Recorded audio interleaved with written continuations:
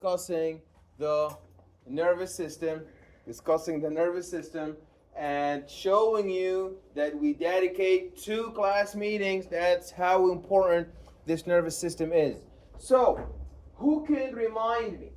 Who could remind me from last week? What did we learn about the nervous system? So, the same way when we went through all the systems before, the respiratory system, the digestive system, the first thing that we did was we divided all the systems structurally. We divided them structurally into upper digestive tract and a lower digestive tract structurally. Then we divided it functionally. So you have ingestion part, digestion part, absorption part, excretion part. So structural and functional divisions. We also did respiratory system, where you had an upper respiratory tract and a lower respiratory tract, and we divided it functionally into conductive part and respiratory, gas exchange part. Well, what about the nervous system? What did we divide it into? Upper nervous tract and a lower nervous tract? What did we divide our nervous system into structurally? Yes? Would it be the brain and spinal cord? Or no? So the brain and the spinal cord are not the only structures. So if you want to divide structurally, you have to divide the central and peripheral nervous system. So the nervous system has to be divided. So yeah, they're here. Oh yeah. Oh, more chalk, more writing. Oh yeah. Okay, so the nervous system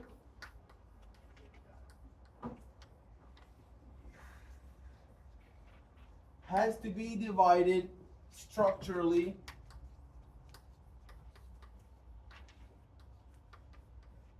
and it has to be divided functionally.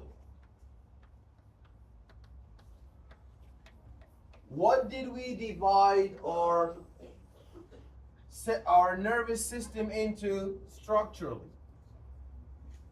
Structurally, what did we divide our nervous system into? Yes. Yeah. You said like the central nervous system is like the brain and the spinal cord, and then So that's a one division. Structurally, you have the central nervous system, CNS, central nervous system. Excellent. Which is made up of the brain and the spinal cord. That is your central nervous system. The other division is your PNS. That is your peripheral nervous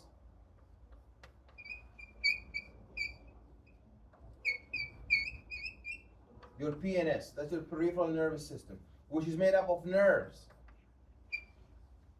So, what does that mean? We said that our central nervous system is the headquarters for processing. Here we process and integrate. For processing, integration, and control.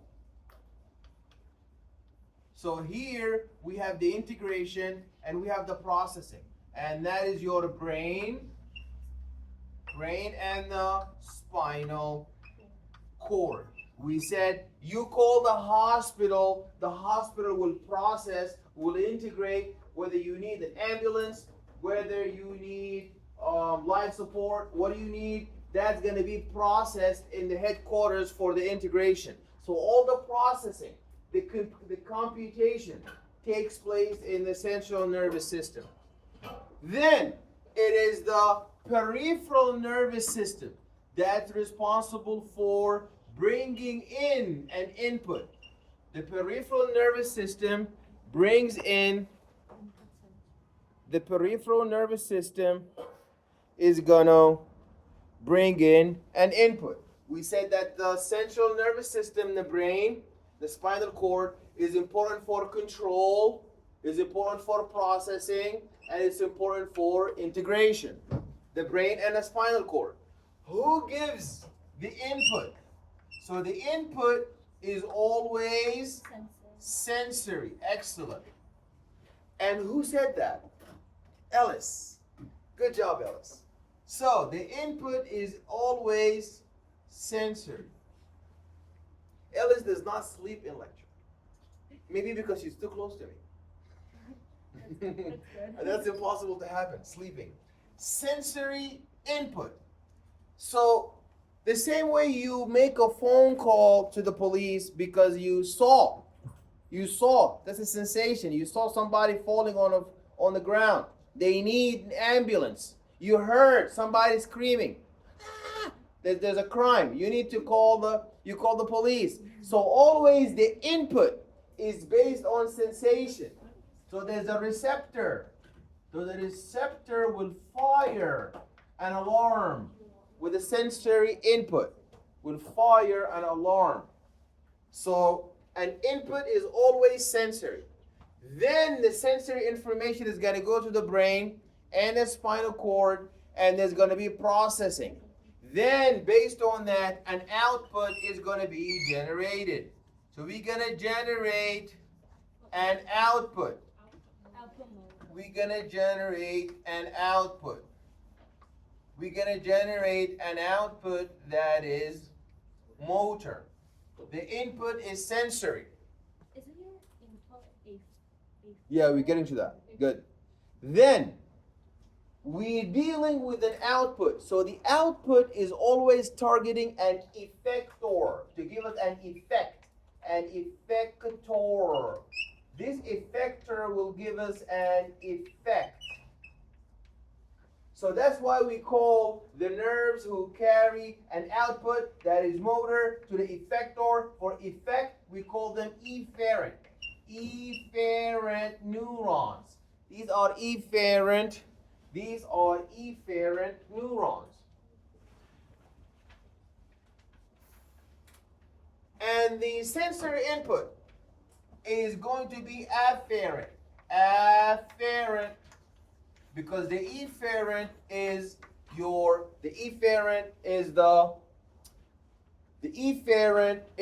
the motor going to the effect, and the afferent is sensory. The afferent is sensory going into the processing of the brain. Okay, and the spinal cord. So sensory input afferent. Motor output efferent. Okay? Then we also have to see that what tissue are we dealing with? Oh no. What tissue are we dealing with? Are we dealing with soft tissue or are we dealing with tough tissue? Are we dealing with soft tissue or tough tissue? We said that soft tissue is known as soft tissue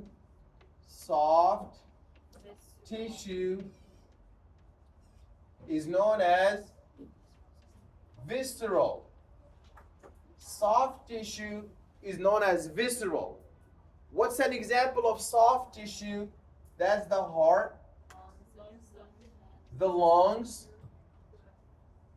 the urinary bladder,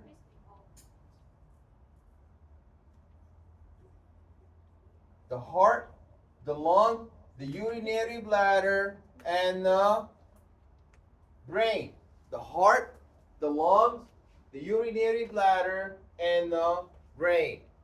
While the tough tissue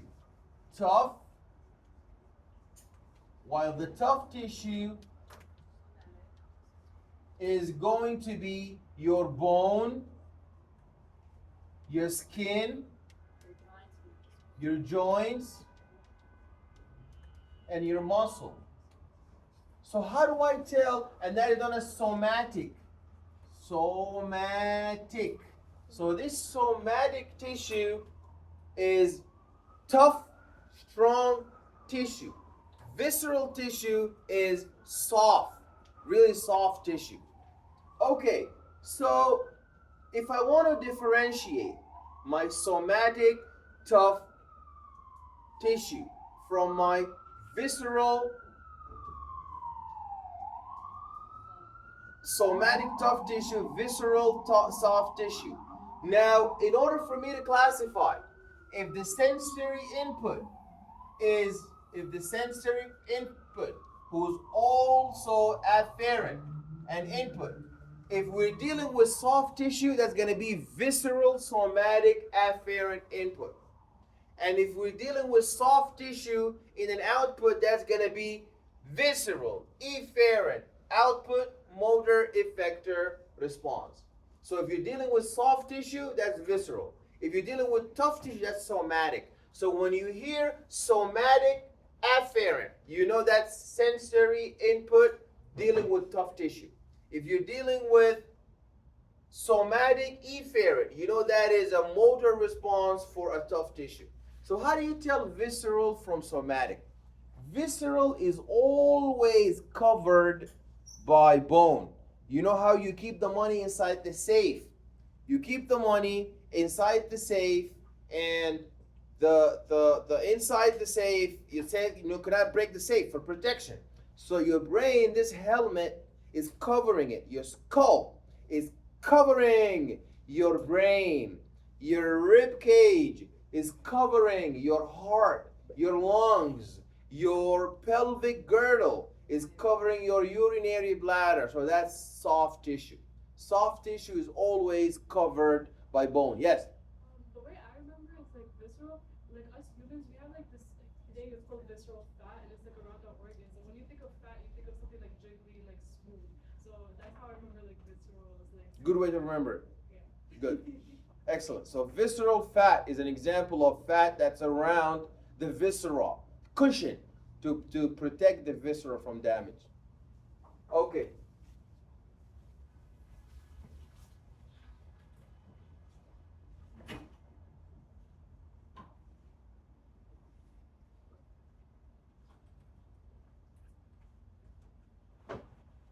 Okay.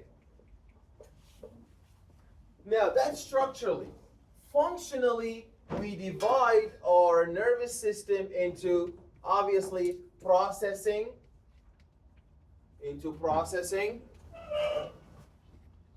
We divide our nervous system into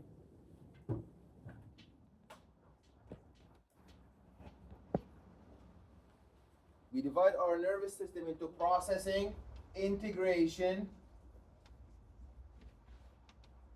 and control. That's one division. Processing, integration, and control. And functionally also, you have your sensory input and motor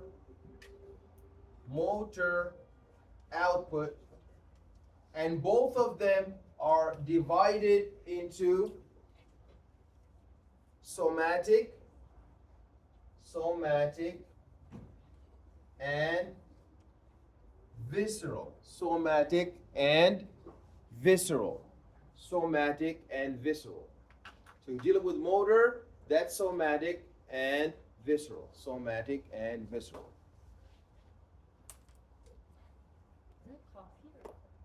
Are you guys ready for something hilarious? Let's see if this is actually hilarious. I said to the deli guy to make please put pickled jalapenos on my sandwich. He put pickles and jalapenos. Oh shit. Yeah, why? Come on, that was hilarious. No, it's hilarious. That was hilarious. I said pickled jalapenos. He put pickles and jalapenos. Yeah, no, it's hilarious. It's just why, like, Wait, it's a why little would you put jalapenos? Did you say pickles? I was so mad. Then it was so funny. I laughed. Did you come Are from pickled jalapenos the same thing as pickles and jalapenos? Maybe he heard you wrong. Did you say it fast? Yeah. Obviously. Oh. Sometimes But you yeah, speak hers fast. probably like pickle. Or maybe his English was yeah, he did Is it. that racist? Pickled. No, that is not. That is not racist. Because you know you hear pickled jalapenos. Can I get some pickled Wasn't that funny? Please raise your hand. Was that hilarious? A little bit. It is. Come on, that was That hilarious, was a guys. little Oh wow. amusement for us. Come on, that was so funny. So funny. Yes, it was hilarious. Okay, so for the exam, all you need to know, structure-wise, is this guy here. Your cerebrum, the one that's outside. So on the video, cerebrum is this outside layer. And you have your corpus callosum, this fibrous capsule. Then you have your cerebellum. That's here. That's your cerebellum. Then you have your pons, and your medulla oblongata is the bulge that's right beneath your pons, and then you have your extension of your spinal cord. Okay, this is the spinal cord, and then you have your brain stem. The brain stem is a collection of multiple different structures. So the pons plus the medulla oblongata plus the diencephalon, that would give you your brain stem. That would give you the brain stem.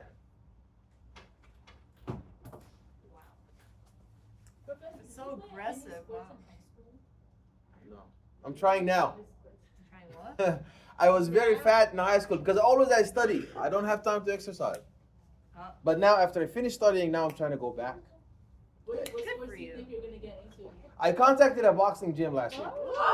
Oh, okay. Now we're gonna rock right now. Okay. That's a good question. All right, so please remember that. One of my students said, so you want to beat us up?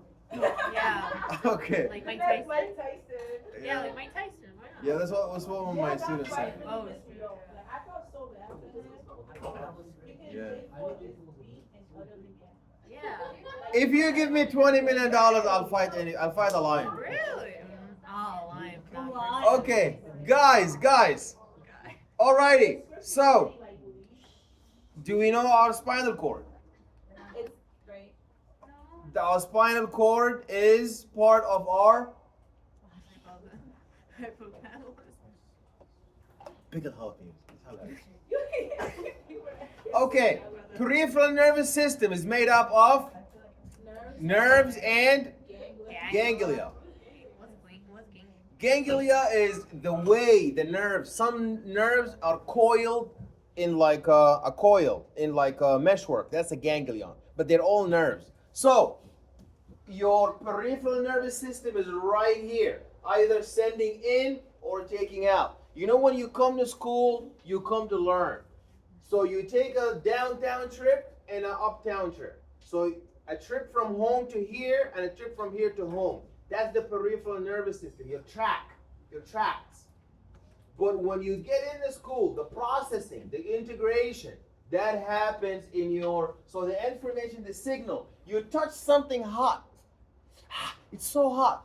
That information, that sensory input is carried by sensory input afferent neurons to the brain. The brain will say the stove is so hot, pull your finger away. That is a motor output. The weather is so hot, your thermoreceptors are going to detect the heat. They're going to send an input afferent signal to the computer center, your hypothalamus. The hypothalamus is going to send a motor output to motor squeeze your sweat glands to make the sweat. So you see the output is motor. The input is sensory. Always. Input, sensory, output, motor, and it is the central nervous system who does the processing. So you have to know that. Same thing, for example, when, we have different types of, you see, input is always sensory. You're sensing something wrong. Mechanosensation, you slap here. You feel pain here, you don't feel pain here. Because it is those mechanoreceptors, they are the ones who felt. These are the ones who are going to carry the sensory input to your spinal cord that there's pain here.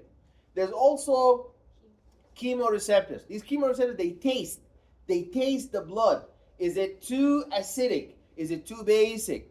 Is it too glucose? Is it a little salty? They are the osmoreceptors and the chemoreceptors, and they send input.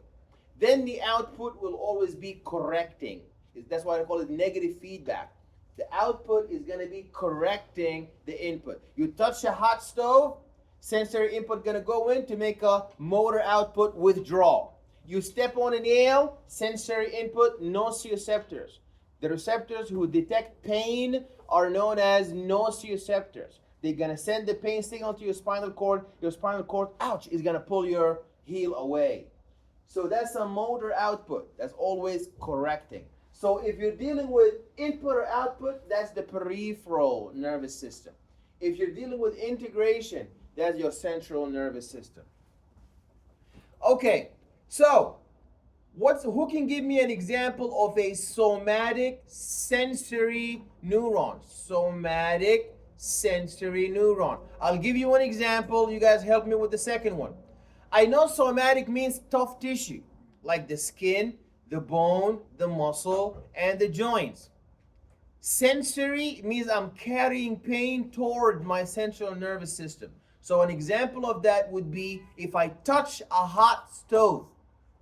The input is going to be carried by my skin to receptors in the skin through the nerves that are going to contact my brain. And then my output is going to be somatic motor output because I'm dealing with tough tissue. Who can give me an example of a visceral sensory input? Who can give me an example of a visceral sensory input? Yes. I guess like having to pee. Yeah, excellent. So when there's a lot of fluid in your urinary bladder, distending, pushing against the walls of your urinary bladder. So there's stretch receptors who will send this distension. They're gonna send an input to the brain, telling the brain that the bladder is full. We need to avoid it. And then you go to the bathroom and then you do the urinary reflux. Perfect example. Good job. 5 points on the next exam. Very good. Good job. Excellent. Yes. I remember you mentioned during the respiratory video that there's like a certain like reacting thing happening in your lungs. If you have like too much CO2, right? Those receptors would send signals to the brain to say like breathe faster, just so like we can expel all the CO2 out of the body. I forgot what they were called. Yeah, that's fine. So just knowing the reflex, that's enough. So that's a perfect example of another visceral sensory input, because your blood is visceral tissue. Your blood is not somatic tissue. And you're mentioning that because there's so much carbon dioxide and so much, the pH is dropping down. There are receptors, osmoreceptors, and there are receptors for the carbon dioxide. So they detect that the blood is too carbon dioxide, and then they're gonna send an input to your hypothalamus, and then the hypothalamus is gonna do what to repair? It was gonna send an output. Yeah, motor output, which is you breathing like heavier, like just like you. Excellent, good job, very good, guys. Please give Christopher a round of applause. Excellent, very good job. Another 5 points on the next exam. I am so proud today. You guys are doing really good. Thank you. Did you have that pickled jalapeno sandwich? No. Amazing. You guys today had good coffee. Excellent. Now, let's see who's going to get another 5 points. So, we divided our central nervous system and our peripheral nervous system. These are our two divisions. This whole system right here, input, output, that's peripheral. This whole system here, integration, computation, control, that is brain, spinal cord, that is central. Now, the peripheral is divided into obviously sensory input, and the sensory input can be from soft tissue, visceral, Hard tissue. or can be from hard tissue, somatic. The motor response, it could either be from soft tissue, or it could be not from to. It can either be to soft tissue, or it can be to tough tissue, somatic tissue. Then visceral motor division.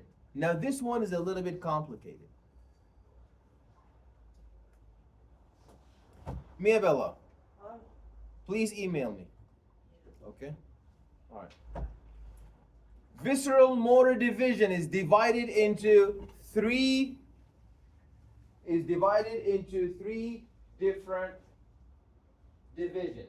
The sympathetic, the parasympathetic, and the enteric. So where are we now? Are we here or here? We're in the motor. Visceral motor division. What are we dealing with? Up here or down here? Down there. Down here. Down here, are we dealing with soft tissue or visceral tissue or somatic tissue? Visceral. So to show you that everything is so simple, sensory input, one pathway. You see, sensory has one division. Sensory visceral, one division. Sensory somatic, one division. Motor somatic, one division. Motor visceral, three. So that's really complicated. When you have a visceral tissue responding through a motor output, you're going to need three different divisions. The first one is sympathetic. What did we call sympathetic? Fight or flight. Fight or flight. What did we call parasympathetic? Output involves Rest and digest. That's the restaurant I said, the imaginary restaurant I said I was Yeah. going to make. Rest and digest. And the enteric plexus. You said the nerves play. The enteric plexus is important for The nerves. the nervous system. The enteric plexus is important for? What is the enteric plexus important for? The sympathetic is important for stress response, survival, running away from a lion. Parasympathetic, rest and digest. When you eat and you have the pancake and you're watching the TV, rest and digest. Which is something I haven't done in the past 3 months. Anyways, an enteric plexus. What is that for? Oh no. Yeah, that part. Isn't it? Who can help us? Wait, you can. Thank you. Yes. Excellent. Very good. So the digestive system, you know, we said that the elderly people who have dementia, they get a feeding tube through the nose. They get a feeding tube through the nose. Why is that? Because when the food goes down the esophagus, that ripple effect, the peristalsis. Who makes the peristalsis and making the esophagus, you know, propel the food downward, and the segmentation and the pushing of the food in the making the stomach churn and squeeze the food and all the food moving down the intestine? Who does that? It's the enteric nervous system. Who makes the defecation, removal of the fecal matter? That's your enteric nervous system. And we said some people are born with no enteric plexus. It's called the congenital absence of the myenteric plexus. So they always need laxatives, they always need stool softener, they always need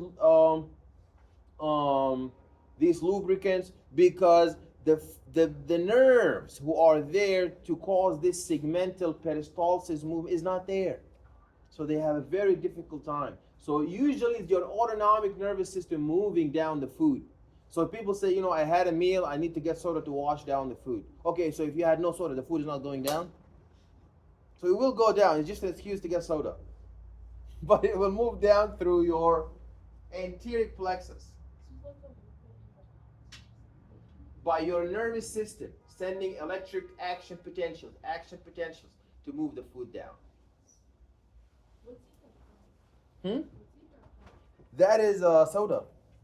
Oh. Yeah, that's not good. Diluted? Yeah, that's not. Did you get the soda Yeah, to better wash not down to. your food? Yeah, that's what I used to think. Ellis thought this was coffee. Yeah, I don't drink coffee. Tea.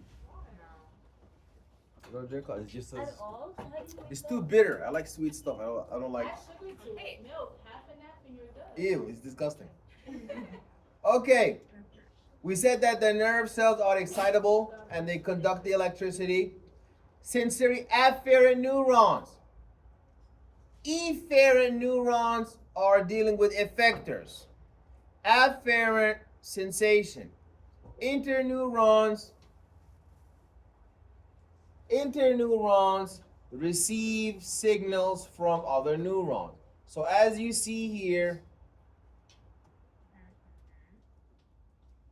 so interneurons are connecting between the peripheral nervous system and between the input stimulation and the output stimulation.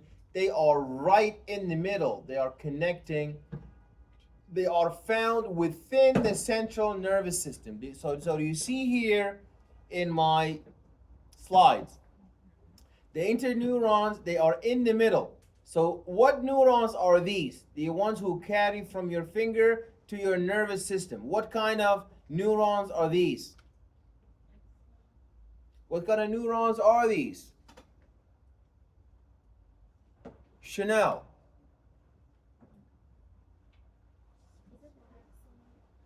Drop the phone. Then what is that? Drop the iPad and answer the question. Who wants to help Chanel? Mucus. So what is that? What is this arrow pointing from the finger into the central nervous system? What kind of neuron is that? Sensory afferent neuron. And going back, who's taking the information out from the central nervous system to the muscle? That is known as motor efferent, because it's going to the effector. And in the middle, between the input and the output, what do you have? Interneurons. So the structure of a neuron, the neuron has to have a cell body. The neuron has to have a cell body to integrate the information. That's where the nucleus is found. The nucleus is found. The neuron has to have dendrites to receive the input and the long axon fiber. Then you have the general structure of, this is the general structure of the neuron. You have dendrites. Dendrites are bringing in information to be integrated in a cell body, and that's gonna generate an output that's gonna go through your axon. This is the structure of the neuron. You see, the neuron has multiple axon collaterals, and what are these big bulges that are wrapped around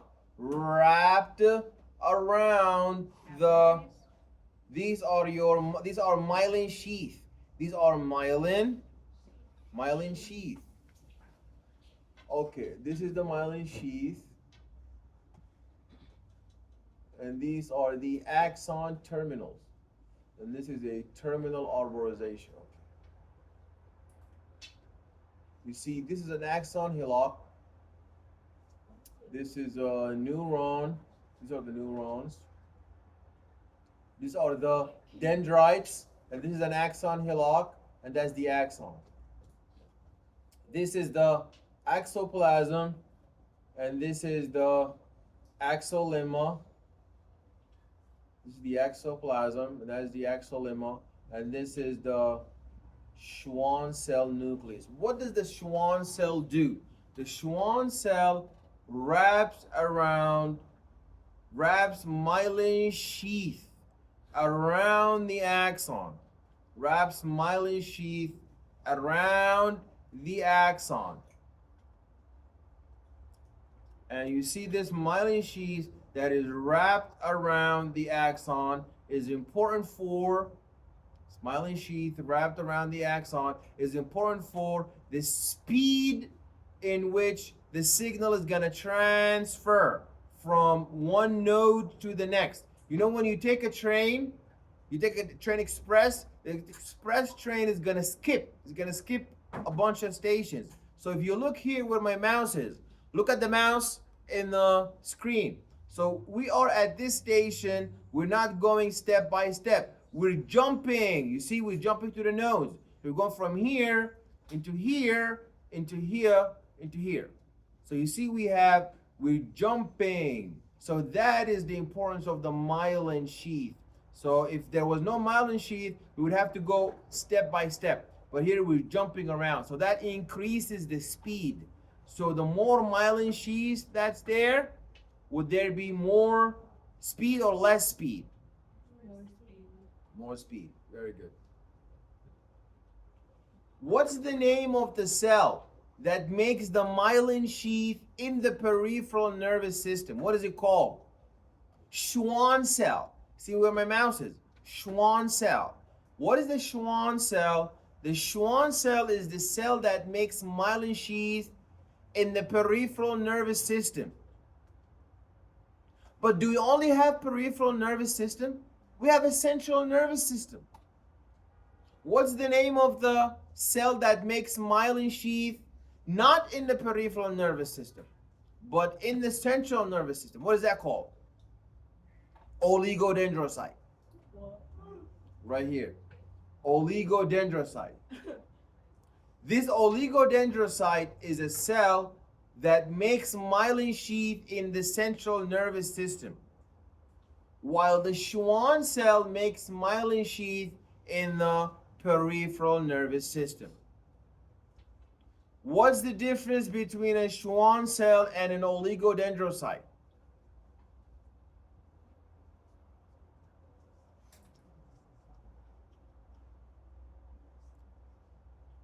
Vanessa. Schwann cells makes myelin sheath in the peripheral nervous system. Oligodendrocytes makes it in Good job, Vanessa. 1 point on the next exam. 1 point. Because I just said it. It didn't have to be recalled. Good job, Vanessa. Let's see who's gonna get an extra point. Okay, so our nervous system does not just rely on the main cells. By the way, if you got 1 point, you can still have one point. So you can add up like more points if you are awake, if you're not asleep. People in the first table, they never sleep. Maybe because they're too close to me. Yeah, probably. You don't want to call them out. Yeah. Okay, so there's a 1 whole point to your grade. Don't miss that. I'm gonna go back and add 1 point to your exam or 1 point to one of your quizzes. So wake up. Okay. We don't only have the neurons. The neurons are the central cells. We need supportive cells. These are the oligodendrocytes, the Schwann cells. They make myelin sheath. The astrocytes, right here. What do the oligodendrocytes do? They form myelin sheath in the central nervous system. The ependymal cells, they make the cerebrospinal fluid. Schwann cells make the cerebrospinal fluid. Microglia. Microglia are macrophages that engulf debris. These are macrophages that are gonna gallop up and swallow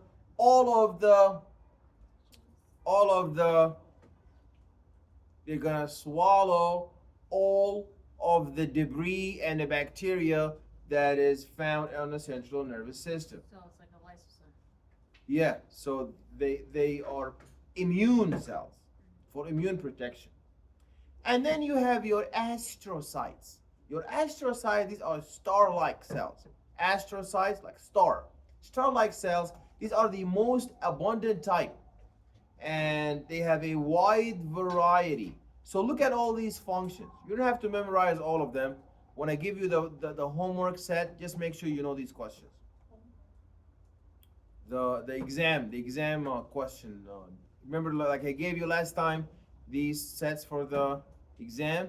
Amory is going, yeah, those are good. Those were good. So good. Never stop. Right, Amory? Okay, all right. Okay, so what do the astrocytes do? They provide framework for the nervous tissue, and they have extensions known as perivascular feet. They contact the capillaries, and they stimulate the formation of the blood-brain barrier, and they adjust the blood flow. They supply the neurons with lactate for energy. They secrete nerve growth factors, and they influence the synaptic signaling. They regulate the composition of tissue fluid, and they form scar tissue when the neurons are damaged. That's a process known as astrocytosis. So these are my supportive cells. You see your oligodendrocytes. You see the oligodendrocytes. The oligodendrocytes wrap up myelin sheath around the axons. Ependymal cells do what? Excellent. They make cerebrospinal fluid. Very good. And the microglia, what do they do? Aborcide. Desmond, what do the microglia do? Are you aborcide? Yes. I cannot hear anything. I'm not a dog. I cannot hear that far. I need you to be loud. I'm an old man.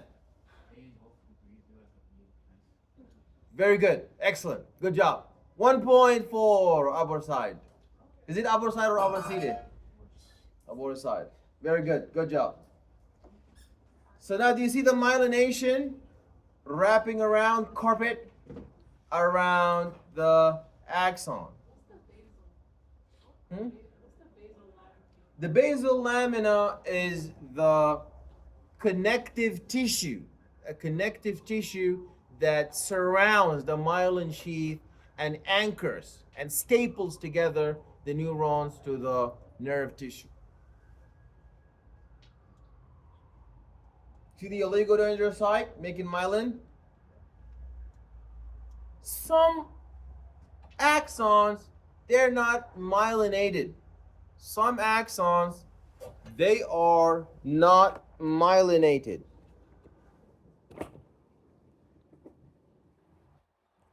Some axons are not myelinated. So that means they don't need to speed things up.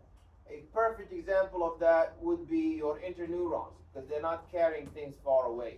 They just are interneurons mediating between an input signal and an output signal. So when a nerve tissue is damaged,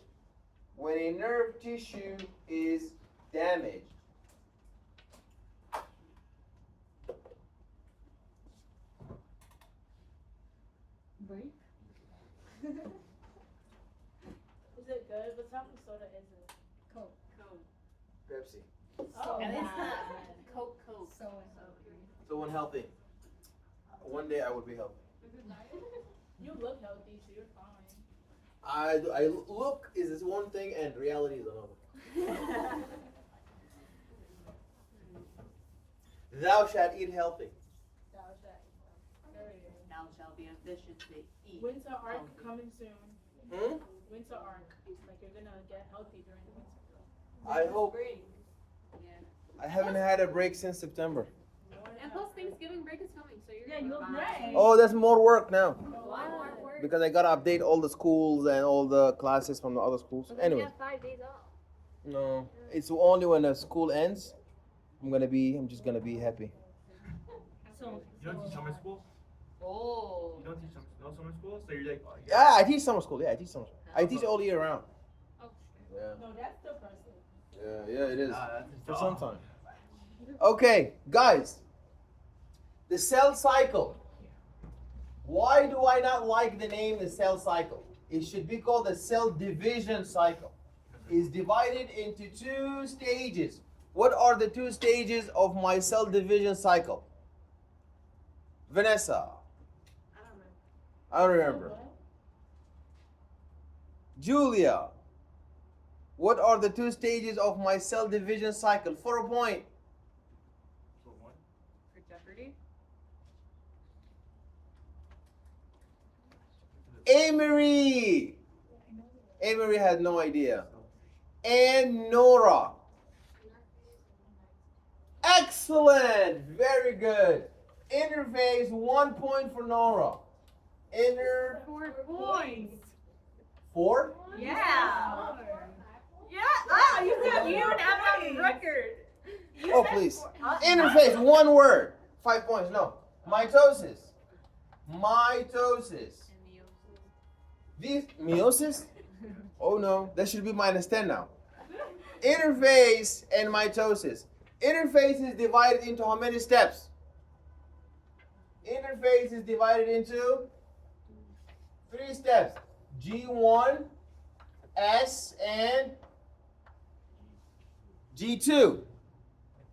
Mitosis divided into prophase, prometaphase, metaphase, anaphase, telophase, and cytokinesis.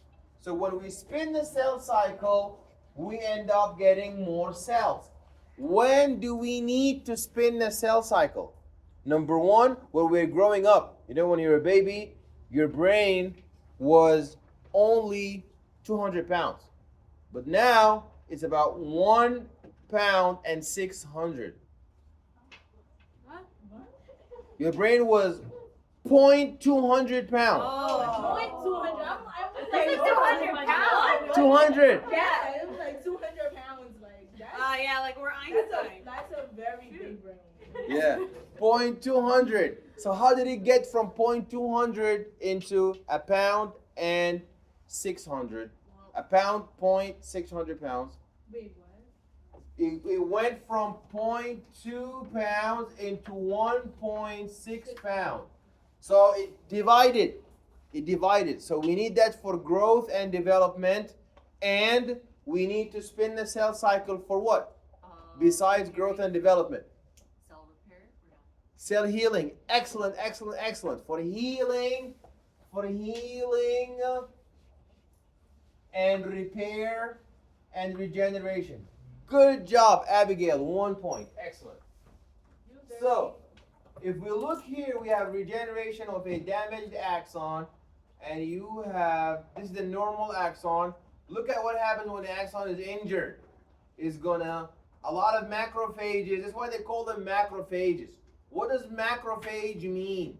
Macro means big, phage means eater. These are big eaters, big eaters. So they eat all the necrotic debris. They eat all of the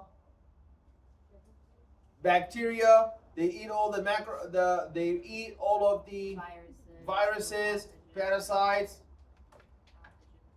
pathogens. Good. So when the macrophages remove all of that, then you're gonna begin the early regeneration that is followed by late regeneration. And then you're gonna have a fully healed, regenerated axon. This is the most important part of the whole lecture. Yes? Oh, I'm sorry. I thought I got you off track, but like, I thought like once you damage like your nerves, like you can't repair it. Yeah. So, not the cell body, not the computer center. This extension here, it could be repaired. But So the peripheral axon could be repaired. It is this, the computer here, when you have your neuron, cell soma, and the cell body and the nucleus. If this one is gone, it's gone forever. That makes sense. Like, where are some examples that could be like? So it depends on the trauma. Sometimes some trauma only severs an axon. Like some axons are really long, like a meter long, from your spinal cord down to your toes. That's a really long axon. So that one is, if it's severed, it can be continued. But if you damage the actual spinal cord, like in a car accident, you crush your spinal cord, all these computers, all these nucleus inside your spinal cord, then that cannot be repaired because you damaged the central, the computer. That's paralysis. So there's no like science science out there that repair it? No, because you have removed the computer, you have removed the stem cell. The source where you can regenerate is gone. Your raw material is gone. But if you cut the extension, which is the axon, you can build another one. Yes. Sometimes when people get paralyzed, sometimes they're able to like walk again. They are able to walk again. Like, they It depends on the reason for paralysis.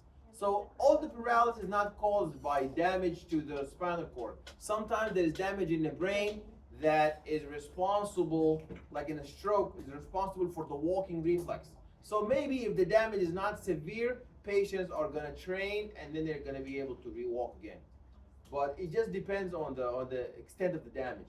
But with that example with the spinal cord, if you got into a car accident and like you're not able to function again, but what about mentally? Can that be repaired too or no? Like What do you mean mentally? like depression or? Oh whatever yeah, that was. definitely. So depression is always caused by the lifestyle. I mean, I'm living my life in a very stressful place. The gang violence, the gang, the drugs, what do you think I'm gonna be feeling like? I'm gonna be feeling anxiety and depression. Yeah, but is that? But if I'm your- bad in Trump, I'm going to NYU with going and living in a penthouse. You see, that one I never thought of that one. But going to NYU with the Secret Service. If you're abandoned, I'm sorry. So usually it is the main trigger for psychiatric disorders. There is a genetic cause, but the mostly is your lifestyle, and always the people that their time is not productive, like the time is wasting the time, have nothing to do, then that's gonna become like very distressful. But if your day is full, like what I'm trying to do, then I don't have time to like, you know what I mean? And a full day can also To- get to- you burned out. Hmm? And I said a full day can also get you burned out and depressed. Yeah, if you do it But it too also can excessive. distract you. Like, From. I don't know, like it can help. Yeah, it can, if you are productive, then that's gonna raise your self-esteem. Yeah. It's gonna make you happy. Yeah. You know, and okay, the action potential, the most important part of this lecture. We leave the best for last. The action potential is how we're able to propagate. How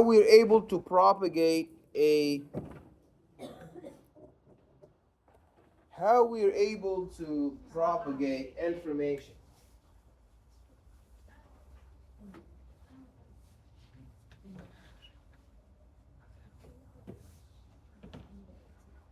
So, what does our plasma membrane look like? If we examine our plasma membrane, our plasma membrane looks like this. It has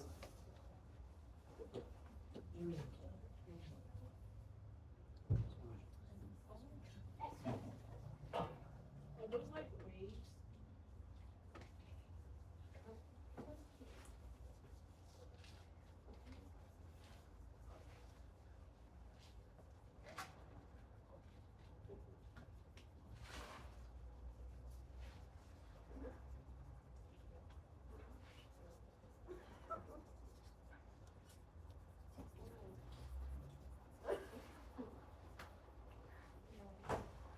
what is so funny? What are you guys laughing? Nothing for you to know. Nothing for me to know. Okay. Top secret. You gotta teach us what that action potential is. Okay. So we can go. Oh, you're not going home. Yeah, you're staying for some extra learning. Okay. Alrighty, so we have phospholipid heads. And we have those buttery, yellowish. I had a teacher in elementary school, she used to eat chocolate. Ew. How do you know? How do you know She that? told us one time, she said, listen guys, you know some people can eat chocolate? I was shocked when I saw The that. question is she still After eating that much This is chocolate. what I was in 3rd grade. And I remember it was a white chalk. Yeah. She said, by the way, guys, you see this chalk? Do you know that some people, she said, do you guys know that some people eat chalk? I almost lost it. Use it for mental. Okay, She was probably like having like pregnancy crazy or something. I have no idea. I just lost my mind. But I just never forgot the scene. Have you ever like tried to like? Never. I left that school eventually. So aren't you lacking something? But I Those are the used to be racist too. Okay, so this is your phospholipid heads, and these are the tails. So you know that the heads are hydrophilic, and the tails, the yellow, that's butter, that's hydrophobic. So that means sodium as an electrolyte, it cannot pass through. So it needs a channel. It needs a channel to help it. There it goes. It needs a channel to allow it to enter. So sodium enters from outside to inside. That is known as influx. Influx. And potassium goes from the inside into the outside. From inside into the outside. And that is known as efflux. This is influx and this is efflux. Influx of sodium and efflux of potassium. What were you guys laughing at? Yeah. My drawing? Your chalk. It broke. It broke. It just sounded Okay. so like in my brain. Yeah. Okay, so are we following so far? Yeah, and you're. Influx and efflux, yes. So these are solely made just for Na plus and K plus. And there's one for calcium. There's a channel for calcium, but we don't need it for now. Yeah. For the action potential, we don't need it. But they only they're only like open for those Exactly, they are specific for that electrolyte. yeah. So they don't allow anybody else. It just has to be. Very good question. So if I look at my y-axis, that's gonna be in millivolts. That's my voltage. And on the x-axis, I'm gonna have the time. What are the units of time? ms, millisecond.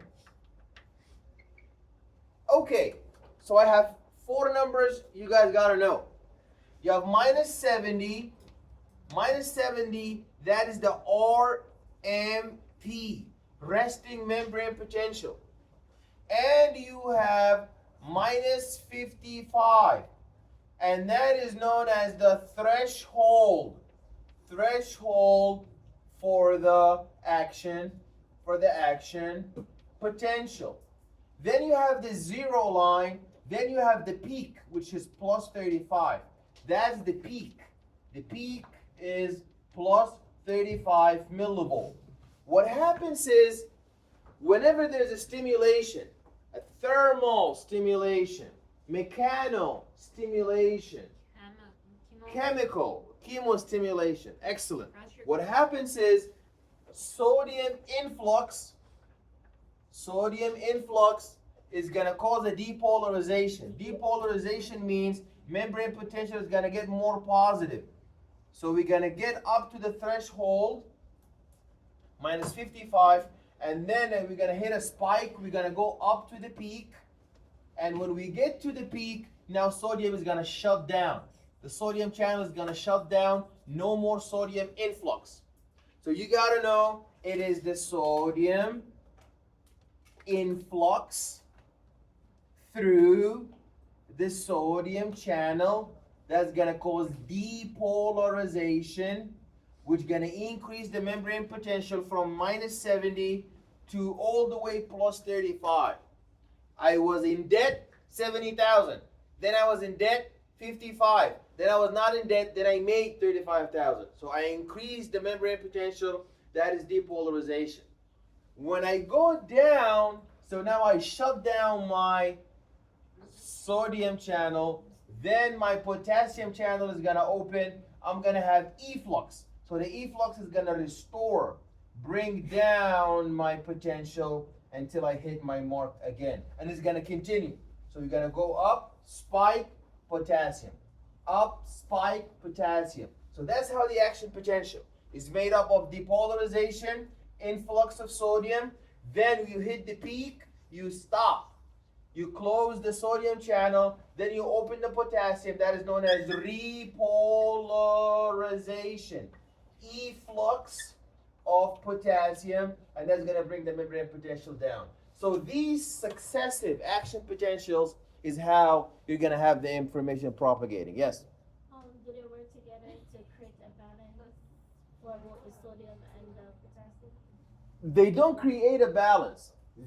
One of them will cause depolarization, and the other efflux will cause a repolarization. So this oscillation, this cycling, is how we propagate the signal of that input that we talked about. So this is the action potential. There we go. You see, you got minus 75, and you open the sodium channel, causing influx of sodium. Then we're gonna do the depolarization. We hit the peak. We close the potassium, and then we close the sodium. Then potassium is gonna open, and the efflux of potassium is gonna restore the membrane with the repolarization, and then we're gonna go back to resting membrane potential again. You see, the voltage gated sodium channel is closed initially. Then the first step is the opening of the sodium, causing influx. You see, influx of sodium. You see, that's why I go up. See, the influx of sodium causes depolarization. Then the sodium will close at the peak. Then potassium would open. Then what happens when potassium opens? You have the efflux of potassium right here. Potassium efflux, and that returns everything down to repolarization. And that cycle begins again for the action potential. The last thing is the synapse. You saw two neurons communicate each other with the action potentials through these synapses. So the action potential passes here, and then the action potential is going to cause these vesicles, these bubbles full of neurotransmitters inside them. These neurotransmitters are going to come out, and they're going to cause the vesicles to bind the postsynaptic receptors, and that's going to trigger the continuation of the action potential. You see, these are the different types of the neurotransmitters that are found inside these vesicles that exocytose. Any question? Any? Oh. Yes.